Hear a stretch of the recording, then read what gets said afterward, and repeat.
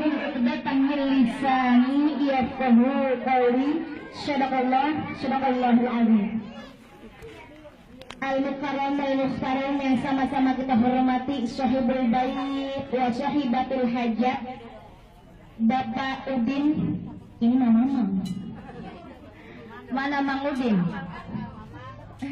Bapak Udin beserta ibu rumah beserta keluarga besarnya, dan yang saya hormati para ibu-ibu jamaah majelis taklim, para asatidzah, serta ibu-ibu tamu undangan yang tidak saya sebutkan satu persatunya. Itu pun tidak mengurangi rasa hormat saya kepada ibu-ibu sekalian. Alhamdulillah, ungkapan puja dan bersyukur malah senantiasa kita limpah curahkan kehadirat Ilahi Rabbi wa Rabbukum, Allah Subhanahu wa Ta'ala, yang mana telah memberikan kepada kita semua bermacam-macam nikmatnya yang tidak terhingga, ya Bu ya, dari mulai nikmat iman, Islam, ihsan, serta nikmat panjang umur, sehat dan afiat, sehingga alhamdulillah pada pagi menjelang siang hari ini kita sama-sama hadir bermuajahah bersilaturahim di rumah Sahibul Bait yang insya Allah kita doakan berrahmat dan barakah ini. Amin, amin ya rabbal alamin. Bu, sambil makan. Kemudian sholawat dan salam tak jadi terlupakan terlepas untuk Nabi besar kita, Nabi besar Muhammad Sallallahu Alaihi Wasallam, untuk keluarganya, sahabatnya, dan para pengikutnya yang setia sampai akhir zaman. Insya Allah kita semua yang hadir pada pagi hari ini termasuk umatnya yang setia dan istiqomah sampai akhir zaman nanti. Amin, amin ya rabbal alamin. Ibu-ibu jamaah yang saya hormati, Islam sangat memperhatikan yang namanya kebersihan, kesucian. Dengar, saya lihatin masih ini, sambil ibu ya. Islam sangat memperhatikan yang namanya kebersihan, kesucian. Bahkan kata Allah, ya, orang-orang yang masuk di surga Allah hanyalah orang yang bersih dan suci. Yang masuk surganya Allah cuma orang yang bersih dan suci, nggak ada yang kotor yang masuk surganya Allah. Makanya bersihkanlah jasmani dan rohani, zahir batin. Ya. Nabi bersabda dalam sebuah hadisnya, qala Nabi sallallahu alaihi wasallam, al-Islamu nazif, Islam itu bersih. Fatanazzahu, maka jagalah kebersihan. La yadkhulul jannah illa nazif, tidak akan masuk surga kecuali orang-orang yang bersih. Insya Allah kita semua yang hadir pada hari ini termasuk orang yang bersih, bersih hati, pikiran, jasmani dan rohani. Amin ya rabbal alamin. Bu, di surga, ya, di surga dan neraka mau pilih yang mana? Otomatis surga. Tapi kata Nabi, di neraka paling banyak perempuan. Kaum Hawa. Nah lu, ya, tapi bukan berarti di neraka tidak ada laki-laki, banyak laki-laki. Tapi dibandingkan dengan perempuan, di neraka paling banyak perempuan. Kaum Hawa. Kenapa?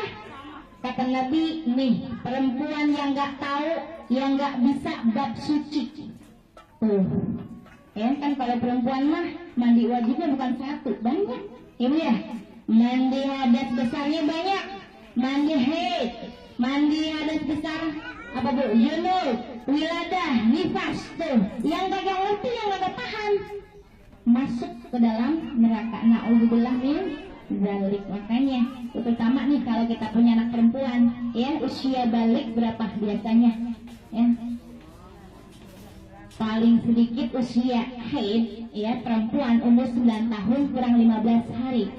9 tahun kurang 15 hari. Makanya jangan bingung kalau anak kelas 3 SD atau 14 SD udah haid, datang darah haid, itu sudah termasuk dia dewasa, ya. 9 tahun kurang 15 hari. Diajarkan tuh anak kita, ya, yang perempuan.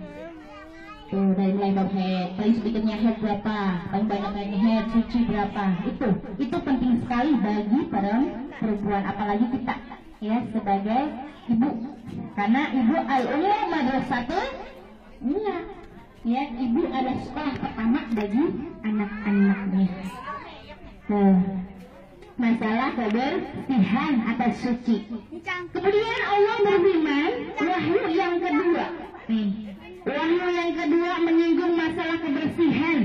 Wahyu pertama apa, Bu? Surat apa? Udah.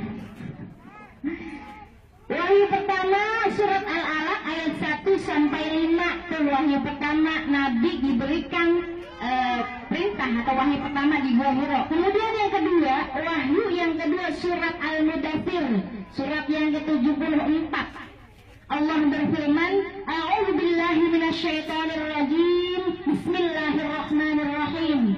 Ya ayyuhal mudaththir, qum fa'anzir wa rabbaka fakabbir wa thiyabaka fatahhir. Kata Allah, ya ayyuhal mudaththir, wahai orang-orang yang berselimut. Ini Nabi nih berselimut tidur. Qum fa'anzir, bangunlah, beri peringatan. Ya. Wa rabbaka fakabbir, agungkanlah nama Tuhanmu.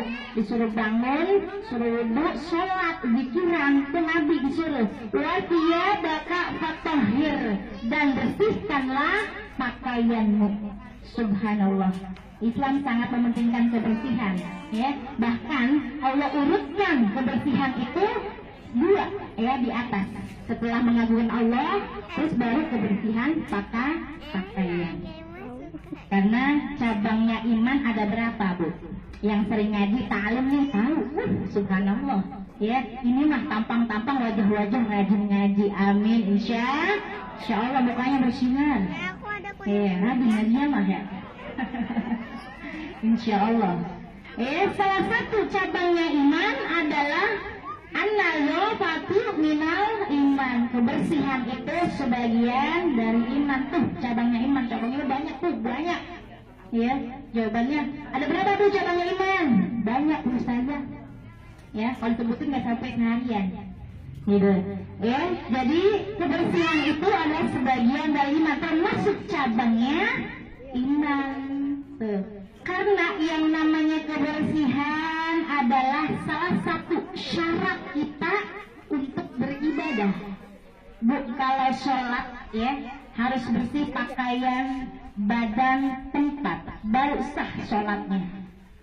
Ya Bu, itu persyaratan kita ibadah menghadap Allah Subhanahu wa Ta'ala. Pakaian, baju masak, baju ke mall, baju ke pasar, jangan dipakai buat sholat. Ini mah habis ke pasar dah, waktu zuhur, Allah buru-buru dah, masih nenteng belanjaan, mentang-mentang sholat pada waktunya, sholat tepat pada waktunya, dia wudu, dia sholat ke baju padahal kena ikan, bau amis, bau bulu-bulu, dia sholat. Ya, ganti dulu, mandi dulu, bersihin dulu badannya, wudu, baru sholat. Kalau bisa mah pakaian saya khusus, ya, ada yang bersurat gamisnya ada khusus, ibu ya, itu harus bersih badan, pakaian dan tempat. Itu persyaratan kita beribadah kepada Allah.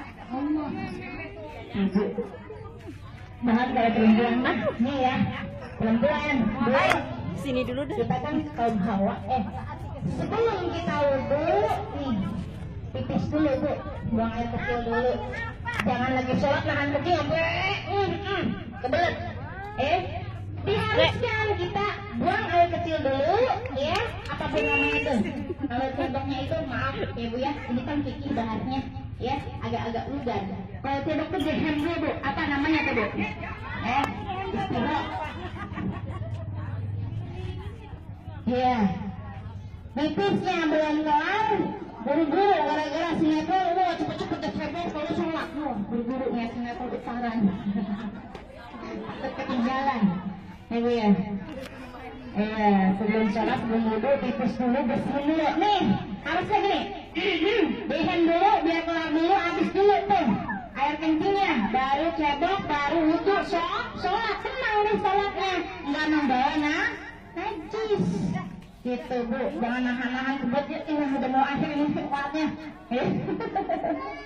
Apalagi nahan itu, ya angin.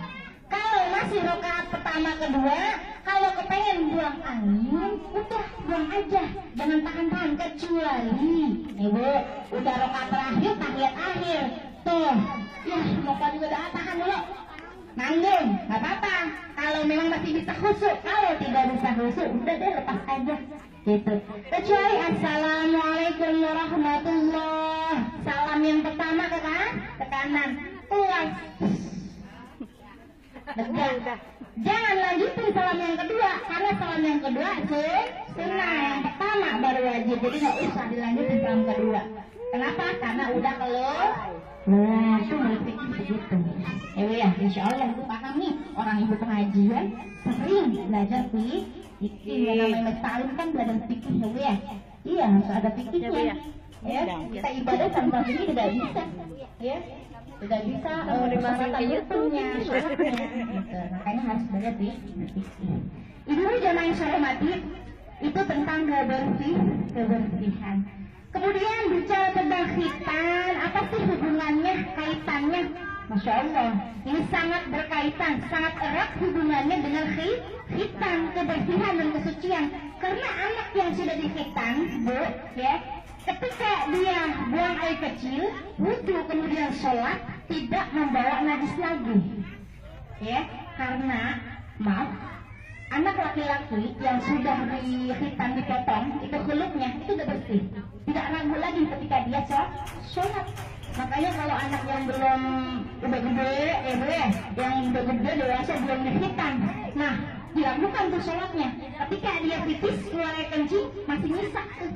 Ya, bisa air kencingnya. Makanya subhanallah kalau ada anak nih, anak kecil bisa, "Mah, sunat apa mah?"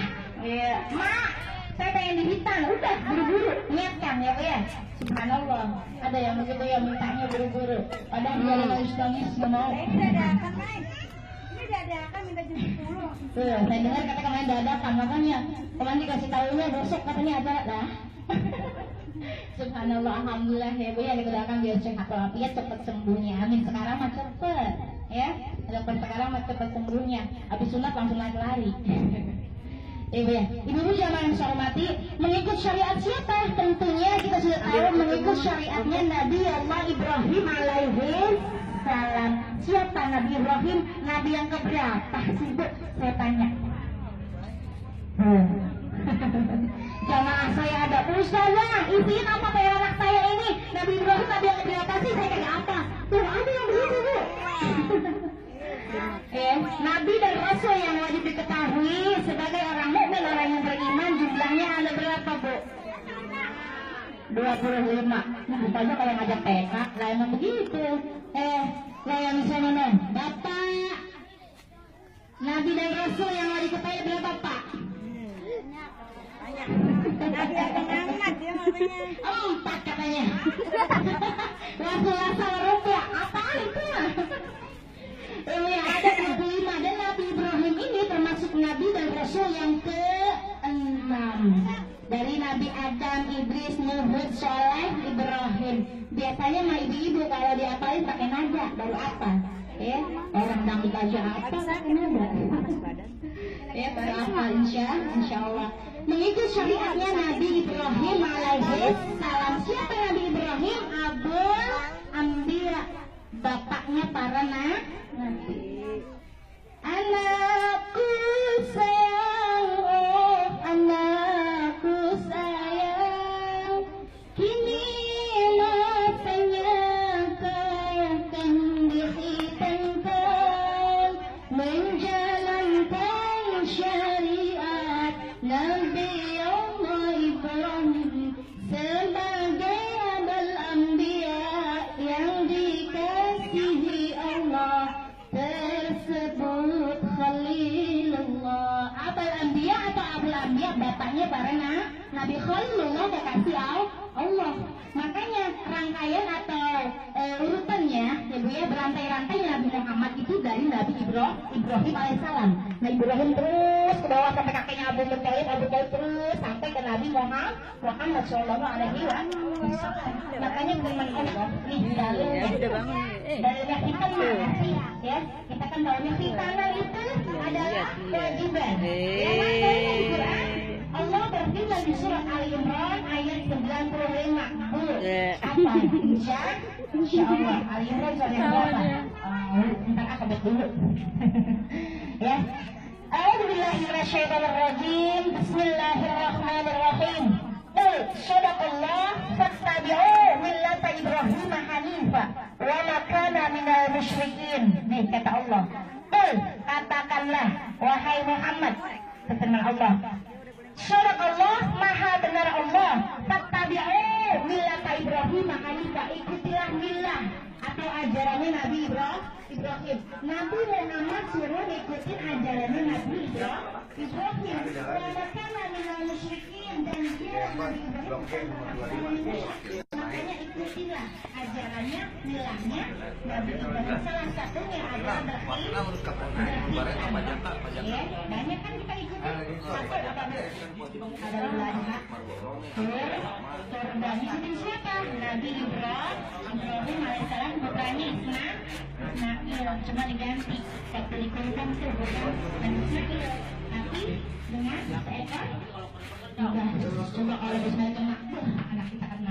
Ya, jadi salah satu mengikuti ajaran milahnya Nabi Ibrahim adalah berkhitan. Subhanallah. Dulu zamannya Nabi Ibrahim diperintahkan berkhitan usia berapa? Usia 80 tahun Nabi Ibrahim diperintahkan berkhitan. Subhanallah. Nabi Ibrahim tingginya setinggi pohon kelapa besar, tinggi besar orangnya. Diperintahkan berkhitannya usia 80 tahun. Kayak apa? Jangan bayangin.